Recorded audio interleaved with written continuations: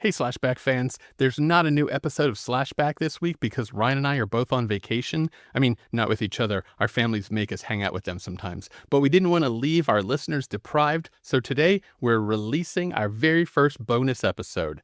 Very early on in the podcast, Ryan and I talked about the movie Pumpkinhead from 1988. This was before we had figured out exactly what the Slashback formula was going to be, so things are a little rougher, but I listened back through it, cleaned up the audio a little bit, added some clips. The lesson is don't revisit your old work because you're going to end up George Lucasing the whole thing, but hopefully this will tide you over until next week when Ryan and I talk about An American Werewolf in London. Plus, we have some very cool guests and special events planned for August and September I am so psyched about, but until then, we hope you'll enjoy this bonus recut of our conversation about Pumpkinhead.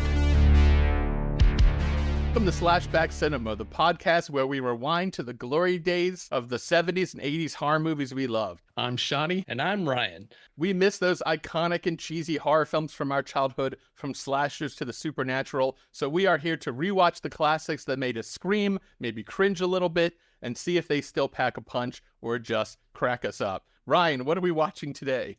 Today we're going to watch Pumpkinhead from 1988. This was Stanley Winston's directorial debut. This is one of those cult classics from back in the day that admittedly I hadn't seen before watching this for this discussion. This movie had 4 installments. There was the original, which we're going to talk about today. There's Pumpkinhead 2, which was direct to video. And then we had 2 made-for-movie sequels. So it's got a legacy, and there was also a video game. There was a comic book. I think Dark Horse did a couple of comics. Yeah. So it definitely became a whole series and ongoing film property, but this is the original one. So I had never seen this movie. I don't even think I heard of it, but people from the 80s seem to remember this movie. I was surprised at how much fan stuff there is online about it, but I'm not sure that the movie deserves the degree of love that it's getting from Gen Xers. But it does seem to have a good fan base. So rewind to back in the day when you would go to a Blockbuster or a smaller video store. This was one that I had definitely seen on the shelf. I remember the VHS cover art and being tuned into it. We talked about last time being this conservative Christian household. These movies were the forbidden fruit. And so I would go and look at them all. I'd read about them in Fangoria or whatever. And so I knew about it, but I had never seen it. So this one's been on the radar. So let's get into it. Stan Winston, that name immediately jumped out at me when I saw his name come up as the director. Do you remember him from the 80s? Oh, yeah, totally. He's a legend. He was involved in properties like Jurassic Park, Aliens, Predator. If it involved special effects or character monsters, he was the go-to guy. Yeah, the Terminator, the Thing, the Predator movies. He worked on Aliens and on Predator, which is, I have a hunch that these were the sketches in the back of the book or the versions of Alien and Predator that didn't work out. He is a really famous creature effects guy who seemed to just be all over the 1980s. But he was not known as a director. And so I don't know if this was his first movie or one of his first. It was his first one. Okay. Yeah. And it might have been his last one, too. Yeah. So he cut his teeth on Pumpkinhead. All right, so let's talk about the plot of Pumpkinhead. The story follows Ed Harley, who is played by Lance Hendrickson. He's this country bumpkin guy. He owns this shop, and then these teenagers show up looking for a fun weekend in the woods. They had rented this cabin. And then this scenario goes down. There's a tragic accident, and Ed's son is killed by these teenagers. Ed goes off the deep end and engages a mysterious witch woman to seek revenge against these teenagers, and then the story goes from there. I had high hopes for this movie when it opened because you have the classic kids in 80s cars with 80s haircuts, and they've got the denim jackets. I loved the aesthetic of this movie. I think one of them is driving a Corvette. Yeah, and then he's like, babe, beer me. And then she cracks a beer for him, and he's driving his Corvette down the road. Yeah, this is good 80s living here. Drunk driving was against the law in the 80s. Am I incorrect? Am I remembering that? No, yeah. So they're really setting a bad example for the kids. Also, right from the start, pretty awkward acting. What I want to say about Pumpkinhead is when I watched this movie, I thought, it is really hard to make a movie.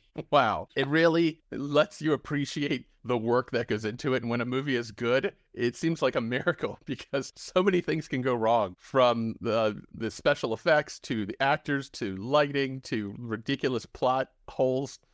And Pumpkinhead, I feel like it's a checklist of a cheesy movie.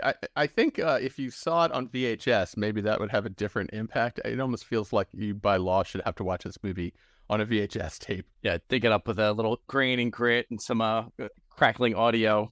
Right away, in the first 30 minutes of the movie, it takes place in this kind of generic looking backwoods West Virginia type visual. It's like the Deliverance cinematic universe. Yes. What people think the South is like or something in the 80s.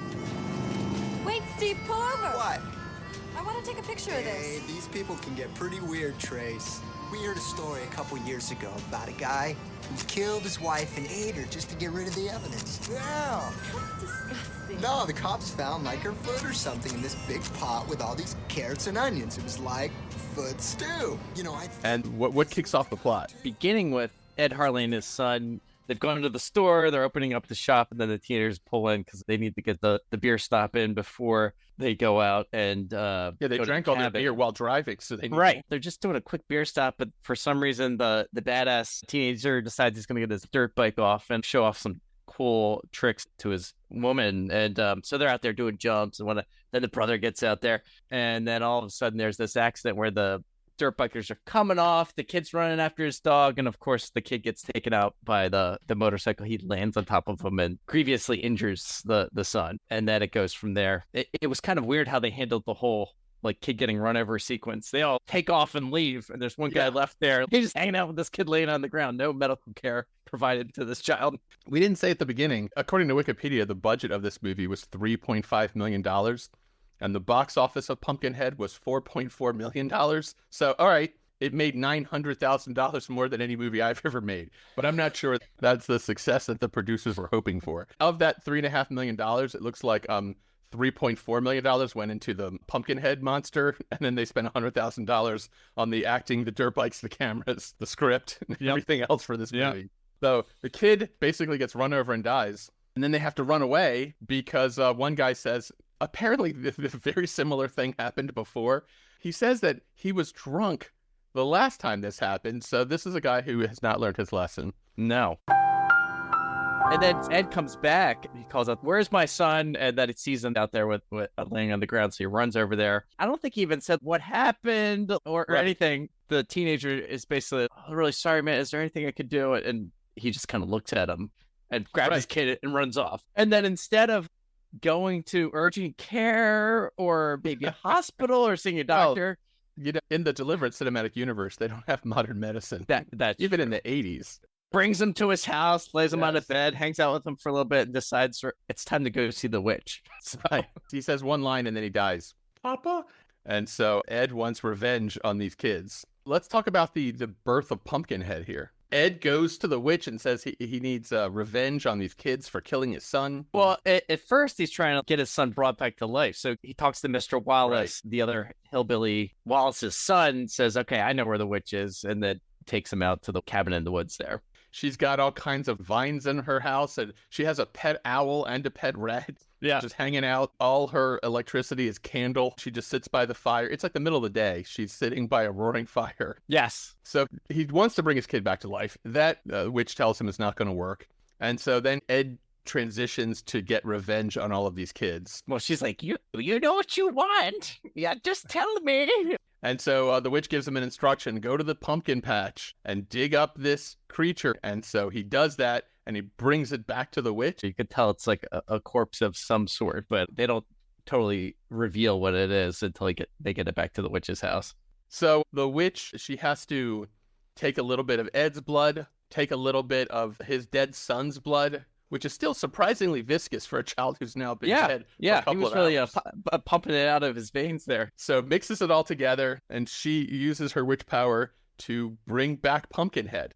All right, can we talk about Pumpkinhead for a minute? The movie title, you're really thinking he's going to have a pumpkin head, but he does not have a pumpkin head, so just, heads up on that. Pumpkin heads up. I'm subtracting one stabby from this movie for calling a movie Pumpkinhead, and then your villain does not actually have the head of a pumpkin. The classic bait and switch. Yes, very disappointing. I thought the character itself was very visually cool, obviously kind of 80s and not as believable as what you see now, but I thought it was a cool monster demon thing. I like the fact that it's not a computer-designed, weightless, floating monster. On the other hand, when you look at it, it is clearly a guy in a rubber suit. It looks like a rubber suit, and because there are scenes where they shoot it head to toe, you could just look and go, oh, there's a guy standing there wearing an obvious rubber outfit and not having any kind of head designed to look like, what is the pumpkin family again? Well, there's gourds and squashes. Yeah, gourds, like, yes. You know, It's right, not yeah. a gourd at all. He was probably more in the ornamental gourd or squash category. There are like a lot of bumps and like, weird ridges happening there. I feel like he looked like an early design of Predator, and he moved like the alien from Aliens. So clearly that was influencing the character. So that was H.R. Giger that designed the early Aliens character, but Stan Winston brought him to life, and this was his movie. Although reading about it, he did more of the directing versus the special effects monster development, but Yeah. he clearly had his eyes on it, but he was sort of like, it might be a little alien. The second half of the movie is once Pumpkinhead is birthed of the blood of Ed and his son, Pumpkinhead just goes on a rampage and starts taking these kids out one at a time. There's three pieces to the movie. There's the intro setup, which I was really enjoying, the midsection where Pumpkinhead is exacting his revenge on the teenagers, and then towards the end, resolving of the whole story. But that midsection, we've got 5 teenagers, and Pumpkinhead is just going through them so quick. I was like, oh my God, Yeah. like they're going to be out of film at the rate Pumpkinhead's killing all these teenagers. So later I was doing some digging, and I'm like, well, how many teenagers? Because this is a classic formula, Cabin in the Woods, teenagers, and they all get taken out by either a slasher or supernatural beast or some evil force. And so I did see that Evil Dead and Friday the 13th also had 5 teenagers killed. So clearly there's some formula going on around number of teenagers killed to the 2-hour film and keep the pacing fresh and the plot line going. I was surprised how often religion came up in this movie. The Maggie character, Yes. she's in this trance, and then Steve, I guess, is her boyfriend. He first snaps her out of the trance by holding up the cross that's around her own neck and says, think about this, clearly communicating that she's supposed to be the Christian character. Joel and Steve go after Pumpkinhead. Maggie is in the cabin with the 2 other women characters and says, Hail Mary, full of grace. She starts praying. So she's intended to be the religious character. And then Pumpkinhead immediately, I was sure Maggie was going to be the girl to survive at the end because she's presented to be a good human being and she cares about the kid that got run over. But no, Pumpkinhead takes her out first. Did you notice that he carved a cross into her head when he killed her? Yeah. And that was the original movie VHS tape was Pumpkinhead's nail coming down and starting to scratch it into her skull.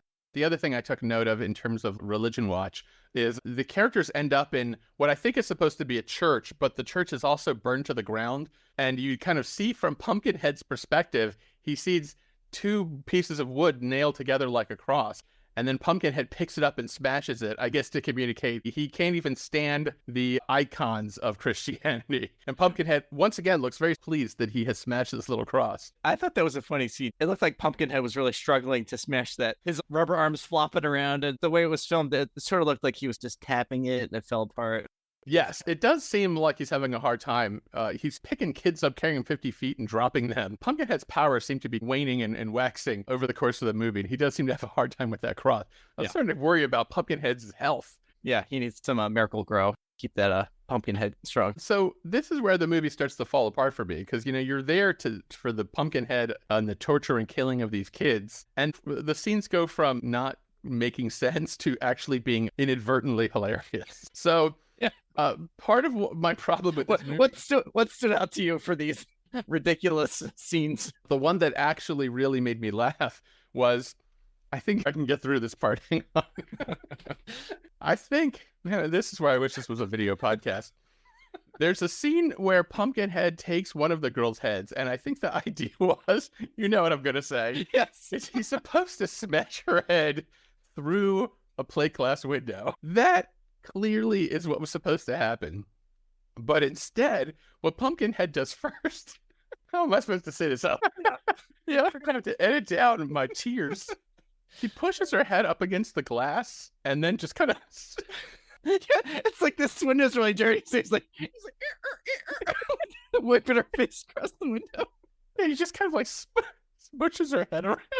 And I... Hang on. A few moments later. It's like a Windex commercial. Yeah. So he just kind of slides her head around the window, and her face is kind of distorted the way a child would stick their head in a window and smush it around.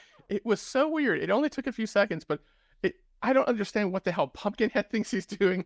The characters don't react in a way that makes any sense. My second favorite scene is they're running through the woods to escape. They go back to their cars. This is one of those movies where the kids have to park a mile away from the cabin that they're staying in. And so they get to their cars. The cars are completely destroyed. Pumpkinhead has flipped them over. He leaves one dirt bike. And so the kid hops on the bike, starts it up, and then Pumpkinhead appears, and he is holding the chain from the bike. Pumpkinhead is also doing mechanical work. Yeah, auto mechanic. Yeah, he's a demon of many trades. Rather than just grab this kid by the head and pull him up into a tree, he plays a practical joke on this kid. That's why I wish the movie would lean into the Hollywood trick or treat, because Pumpkinhead there plays a trick on the guy. And Pumpkinhead, he just seems so pleased with himself that he has removed the chain from the bike. He goes out of his way to show it to the camera. So you like can dangling see, the chain. oh, this bike's not going anywhere. And then he just starts wiping the rest of them out. And then we're down to our last girl. It has that classic last girl horror trope of there's one last girl left alive. But we discover Ed Harley, for reasons that I can't quite understand, completely changes his mind and either feels bad or is frightened. And he goes back to the witch and he wants to call off the whole Pumpkinhead thing. Let it finish. No, you gotta stop it. It's what you wanted. No, not like this. Not like this. I see it. This is wrong. Well, I think what was happening is he was feeling the Pumpkinhead murders or seeing them. You see his character having these convulsions or episodes where when the murders are happening, he's losing control of his body. So suddenly he realizes, okay, maybe this wasn't the best plan, but it's too late at that point. The Pumpkinhead train's going down the tracks. So he decides that he's going to stop Pumpkinhead, and he goes back to the kids to A, help them, and B, confront Pumpkinhead. And then this is the scene where I found really the editing, and I couldn't quite understand what was happening. Ed realizes from that moment where he injures his own arm, and then Pumpkinhead, his arm seems to have gone numb. He's kind of shaking it off a little bit. And so there is this Freaky Friday. Ed and Pumpkinhead seem to be switching bodies. They got some connection going. Ed, he's tuning up the flamethrower in the bar, and then the one remaining teenage woman still alive is in there with him. And Can't you stop this? Can't you call it off? Nothing can call it off. But I'm gonna send it back to wherever the hell it come from. And so he's getting that going. He goes to run outside and somehow clumsily impales himself on the pitchfork that's outside the barn door. What I thought was actually really cool in that sequence is because you see Pumpkinhead's character changing a little bit through the movie, but that's the first time when they cut to his face, you're like, wow, he's looking really weird. And it looks like Ed quite a bit. Ed starts to get the weird pumpkin eyes. And then once he realizes that if I'm injured, I can take out Pumpkinhead, he runs to the truck and gets the gun. And I thought that was actually a surprising ending and plot twist because he takes himself out with the gun. He shoots himself in the head, and Pumpkinhead drops dead. You've got Ed laying dead on one side of the cabin, and then 10 feet away, there's Pumpkinhead just suddenly drops to the ground. And then there's the one girl left. The flamethrower thing totally washed out. You feel like, well, what was the whole point of all that work? Yeah. Yeah, right. Yeah, because they did a little foreshadowing at the beginning when he's like, I guess, torching weeds in his yard with the flamethrower right at the beginning of the movie. And then you're like, oh, that's going to go down with the flamethrower. They do like use it a little bit, but yeah, it wasn't the big blowout you were hoping for. Yeah, this is like Chekhov's flamethrower. I feel like you introduce a flamethrower in Act 1. Somebody better get their flames thrown in Act 3. Yeah. But nothing. Yeah, so totally let down. Yeah. Very disappointed with flamethrowers. So now Ed has a big hole in his head, except, surprise, Ed is not completely dead, and Pumpkinhead is also kind of a little bit alive. And so the final girl has to make a terrible decision to save the day and save her life, even though she's like going to be the last one. And what does she do? She takes Ed out. Bam! That's the end. And then, of course, Pumpkinhead bursts into flames, as all good demons do. But you do get to see at the end, the old witch reburies what looks like the Pumpkinhead that was dug up in the beginning. And did you catch the little moment at the end where they zoom into the necklace, and that was the necklace that Ed Harley's character, his son, had given him right at the beginning of the film. So very ecological, eco-friendly message here. Pumpkinhead's going to be in good shape for the next round of revenge. Yeah. If we want to talk about some trivia, there was a couple things that I dug up that I thought were interesting about this movie. The first, the dog, which was Ed Harley and his son's dog. The dog's name apparently was Mushroom, and in real life, and he did all of his own stunts for this film. He also showed up in Gremlins. So this is a dog that was working hard in Hollywood and clearly was seasoned in these character-driven horror movies. So props to Mushroom. And the other thing that I thought was cool was the cabin where those kids go is the same one that was used in Friday the 13th, the final chapter. So apparently these sets got some good rotation back in the day. I read that they were going to reboot the Pumpkinhead franchise in 2021, but now 3 years later, and we're still waiting for that. I have a feeling maybe COVID knocked out those plans. But I was surprised to hear how much love there is for this movie. This is not one of the tentpole 80s horror movies like Nightmare and Friday the 13th. Yeah. But people do talk about it like it was a formative part of their childhood. And you know what I think it is? If you're in the 80s, you could have watched this movie in middle school. This is like a great horror movie for 13-year-olds. Yeah. I thought it's surprisingly not very bloody and gory. You don't get any sex scenes. Am I right about that? I noticed that too. Yeah. Do you think you would have liked this movie if you saw it in 1988? We would have been in like 10th grade, 15 years old. I always was a fan of the character monster movies anyway. Like, Yeah. there was a point in time when I was younger that I wanted to go into Hollywood and be a special effects gore monster artist. So You should have been Stan Winston. yeah, I would have worked for him, Stan Winston Studios. Right. So I thought the character was cool and I would have liked it if I was in middle school. So what do we think about Pumpkinhead? Out of 5 stabs, how many stabs were we giving Pumpkinhead? I'm going to give it 2 stabs and a scratch. The beginning was good, and the end with the surprise plot twist and kind of how that all resolved was really cool. But the middle of the movie was pretty loose. Where are you at? Okay, so first of all, here's a first for Slashback Cinema. I want to go back in time and add a stab to The Omen because I gave it 3 stabs, and after watching Pumpkinhead, I thought The Omen definitely deserves 4 stabs. What the hell was I thinking? I'm removing one of the stabs from Pumpkinhead, and I'm awarding it to The Omen because seeing these movies back to back, Pumpkinhead is getting 2 stabs. And one of those stabs is because I enjoyed the mediocre acting. And the other stab is, like you said, I like that twist at the end where Ed becomes the Pumpkinhead who's dead, who is buried by the witch. I hope in future movies we would get to see Pumpkinhead cut brake lines and do other almost like Home Alone type hijinks. It's actually a great idea. I hope Yeah, they're like listening, Hollywood. heating up the doorknobs and the kids are like, whoa! Yes, that's what they should lean into. His mischievous personality, if that came out more, that might be a little more entertaining. That wraps up another trip down memory lane. Don't forget to follow us on TikTok, Facebook, Insta, and now we're on YouTube too. So Yay. subscribe however you listen to podcasts so you never miss an episode. And if you do love the show, leave us a review.